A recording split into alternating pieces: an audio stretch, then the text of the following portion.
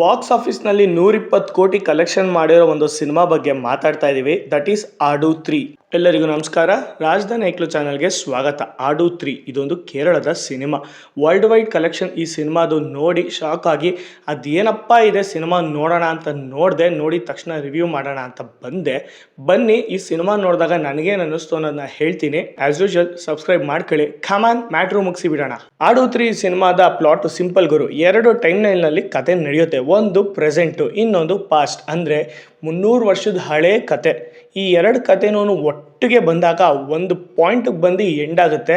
ಅದೇ ಈ ಸಿನಿಮಾದ ಕತೆ, ಅದೇ ಈ ಸಿನಿಮಾದ ತಿರುಳು, ಅದೇ ಈ ಸಿನಿಮಾದ main biggest turning point plot ಅಂತಾರಲ್ಲ ಅದೇ ಅನ್ನೋದು ಏನು ಅಂತ ತಿಳ್ಕೊಬೇಕು ಅಂದರೆ ನೀವು ಆಡು 3ನ ಸಿನಿಮಾನ OTT ರಿಲೀಸ್ ಆಗಿದೆ, ನೋಡಬೇಕು. ಸಿನಿಮಾದ 2 ಪ್ಲಾಟ್, ಸಿನಿಮಾದ 2 ಟೈಮ್ ಲೈನಲ್ಲೂ ಕಾಮಿಡಿ ಬಿಟ್ಟರೆ ಬೇರೆ ಏನೂ ಇಲ್ಲ.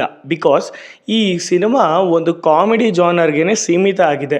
ಒಂದು ಸೆಕೆಂಡ್, ಒಂದು ಸಸ್ಪೀಷಿಯಸ್ ಆಗಿರೋ ಒಂದು ನಾನು ಬಾಯ್ಬಿಟ್ಟು ಹೇಳಂಗಿಲ್ಲ. ಬಿಕಾಸ್ ಅದು ನೀವೇ ಅರ್ಥ ಮಾಡ್ಕೊಳ್ಳಿ. ಅದಕ್ಕೋಸ್ಕರ ಆ ಟೈಮ್ ಲೈನ್ ಅಂದರೆ ಹಳೆ ಟೈಮ್ ಲೈನಲ್ಲೂ ಕೂಡ ಒಂದು ಏನೋ ನಡೆಯುತ್ತೆ. ಅದಕ್ಕೋಸ್ಕರ ಈ ಪ್ರೆಸೆಂಟ್ ಟೈಮ್ ಲೈನಲ್ಲೂ ಕೂಡ ಏನೋ ನಡೆಯುತ್ತೆ. ಅದು ಇವ್ರ ಕೈಗೆ ಸೇರಲ್ವಾ? ಸೇರಿದ ಮೇಲೆ ಏನಾಗುತ್ತೆ, ಸೇರಲಿಲ್ಲ ಅಂದರೆ ಏನಾಗುತ್ತೆ ಅನ್ನೋದು ಆಡು 3 ಪಾರ್ಟ್ 2 ಬಂದಾಗ ವೆಯ್ಟ್ ಮಾಡಬೇಕು. ಇಡೀ ಸಿನಿಮಾ ನೋಡಬೇಕಾದ್ರೆ ಖುಷಿ ಇದೆ, ನಗು ಇದೆ, ಫ್ರೆಂಡ್ಸ್ಗಳಿದ್ದಾರೆ. ಅದ್ರ ಜೊತೆಗೆ ಸಣ್ಣ ಪುಟ್ಟ ಎಮೋಷನ್ಸು ಇಲ್ಲ ಗುರು. ಅವೆಲ್ಲ ಎಕ್ಸ್ಪೆಕ್ಟೇಷನ್ ಮಾಡೋಕ್ಕೆ ಹೋಗಬೇಡಿ. ಒಂದು ಸರ್ಟೈನ್ ಏಜ್ ಆಫ್ ಫ್ರೆಂಡ್ಸ್ ಅಂತ ಹೇಳಂಗಿಲ್ಲ. ಏಜ್ ಡಿಫ್ರೆನ್ಸ್ ಆಗಿರೋರೆಲ್ಲರೂ ಒಂದು ಸರ್ಟೈನ್ ಆಫ್ ಗ್ರೂಪ್ ಮಾಡ್ಕೊಂಡಿರ್ತಾರೆ. ಆ ಗ್ರೂಪಿನ ಮುಖ್ಯಸ್ಥ ಇವನೇ. This is our hero. ಇಲ್ಲೂ ಹೇಗೆ ಇವನು ಹೀರೋನೋ, ಇವನ ಹಳೇ ಟೈಮ್ಲಲ್ಲೂ ಇವನು ರಾಜ. ಈ ರಾಜ ಅಲ್ಲಿ ಏನೇನೋ ಸಮಸ್ಯೆಗಳು ಮಾಡಿಕೊಂಡು ರಾಜ್ಯನ ತ್ಯಜಿಸೋಬೇಕಾಗಿರೋ ಸಮಯ ಬರುತ್ತೆ. ಅದಕ್ಕೋಸ್ಕರ ರಾಜ್ಯದ ನಿಧಿ ಸಂಪತ್ತು ಎಲ್ಲನೂ ಅದನ್ನು ಇದಕ್ಕೆ ಅಂತ ಇಡ್ತಾನೆ. ಇದು ಏನು ಅನ್ನೋದು ಕ್ವಶನ್ ಮಾರ್ಕಾಗೆ ಉಳಿದಿದೆ. ಆದರೆ ಪ್ರೆಸೆಂಟ್ ಟೈಮ್ ಲೈನಲ್ಲಿ ಆ ಥರ ಅಲ್ಲ. ಒಂದು ಬ್ರಿಡ್ಜ್ನ ಹೊಡಿಬೇಕು ಅಂತ ಫಿಕ್ಸ್ ಆಗ್ತಾರೆ. ಆ ಬ್ರಿಡ್ಜು ಹೊಡೆದ್ರೆ ಅದರಲ್ಲಿ ಸಿಗೋ ಅಂತ ಕಬ್ಬಿಣನ ಮತ್ತು ಬೇರೆ ಪದಾರ್ಥಗಳನ್ನ ಮಾರಿ ದುಡ್ಡು ಮಾಡಿಕೊಂಡು ಸೆಟ್ಲ್ ಆಗೋಣ. ಆವತ್ತಿನ ದಿನಕ್ಕೋ ಅಥವಾ ಇನ್ನೊಂದು 2-3 ದಿನಕ್ಕೋ ಎಣ್ಣೆ ಹೊಡಿಯೋಕ್ಕೆ ದುಡ್ಡಾಗುತ್ತೆ ಅಂತ ಇರೋ ಪ್ರೆಸೆಂಟ್ ಟೈಮ್ ಲೈನಲ್ಲಿರೋ ಹೀರೋ. ಈ 2 ಟೈಮ್ ಲೈನಲ್ಲಿ ಒಂದಿದೆ ಅಂತ ಹೇಳಿದ್ನಲ್ಲ, ಆ ಒಂದನ್ನು ಇವರಿಬ್ರಿಗೂ ಗೊತ್ತಿಲ್ಲದಿರೋ ಹಾಗೆ ಅಂತ ಏನಲ್ಲ, ಇವರಿಬ್ರು ಗೊತ್ತಿರೋ ಹಾಗೆ ಅದನ್ನು ಇನ್ನೊಬ್ರು ಕ್ಯಾಪ್ಚರ್ ಮಾಡೋಕ್ಕೆ ಅಂತ ಬರ್ತಾರೆ.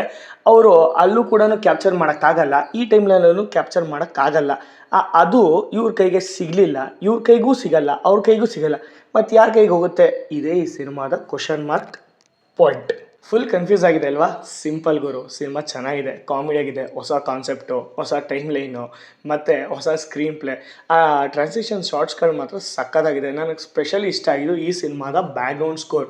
BGM ಮಾತ್ರ ಕಿಕ್ಯಾಸ್ ಆಗಿದೆ. ಪ್ರತಿ ಕ್ಯಾರೆಕ್ಟರ್ಗೂ ಸಕ್ಕತ್ತಾಗಿದೆ. ಮತ್ತು ಇಲ್ಲಿ ಇನ್ನೊಂದು ಪ್ಲಸ್ ಪಾಯಿಂಟ್ ಏನಪ್ಪ ಅಂದರೆ ಎಲ್ಲ ಕ್ಯಾರೆಕ್ಟರ್ಗೂ ಈ ಟೈಮ್ ಲೈನಲ್ಲಿ ಒಂಥರ ಕ್ಯಾರೆಕ್ಟರ್ ಇದ್ದರೆ ಇನ್ನೊಂದು ಟೈಮ್ನಲ್ಲಿ ಒಂಥರ ಕ್ಯಾರೆಕ್ಟರ್ ಇರುತ್ತೆ. Full make over full change ಆಗಿದೆ.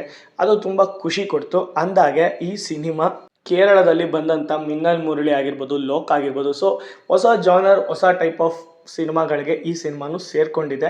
ತುಂಬ ಚೆನ್ನಾಗಿ ಬಂದಿದೆ. ಈ ಟೈಮ್ ಲೈನ್ಗಳು ಮತ್ತು ಟೈಮ್ ಮಿಷಿನು, ಟೈಮ್ ಟ್ರಾವೆಲ್ಲು, ಒಂದು ಕಾಮಿಡಿ ಫನ್ ಆಗಿ ತುಂಬ ಚೆನ್ನಾಗಿ ಕಟ್ಕೊಟ್ಟಿದ್ದಾರೆ. ಸಿನಿಮಾದಲ್ಲಿ ಮಿಸ್ಟೇಕ್ಸ್ ಏನೂ ಇಲ್ಲ ಅಂತ ಹೇಳಂಗಿಲ್ಲ. ಬಿಕಾಸ್ ಆಲ್ರೆಡಿ ಸಿನಿಮಾ ರಿಲೀಸ್ ಆಗಿ ಒಳ್ಳೆ ಕಲೆಕ್ಷನ್ ಆಗಿದೆ. OTTಲೂ ಚೆನ್ನಾಗಿ ಹೋಗ್ತಾ ಇದೆ. ನನಗನ್ಸಿದ ಪ್ರಕಾರ ಟೈಮ್ ಲೈನ್ ರನ್ ಟೈಮ್ ಸ್ವಲ್ಪ ಜಾಸ್ತಿ ಆಯ್ತೇನೋ ಅನ್ನಿಸ್ತು. ಒಂಚೂರು ಕಡಿಮೆ ಮಾಡ್ಬೋದಾಗಿತ್ತು.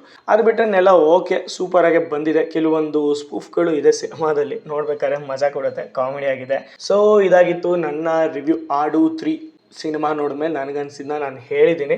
ಹೋಗಿ ಬರಬೇಕು. ಶುಭ ದಿನ.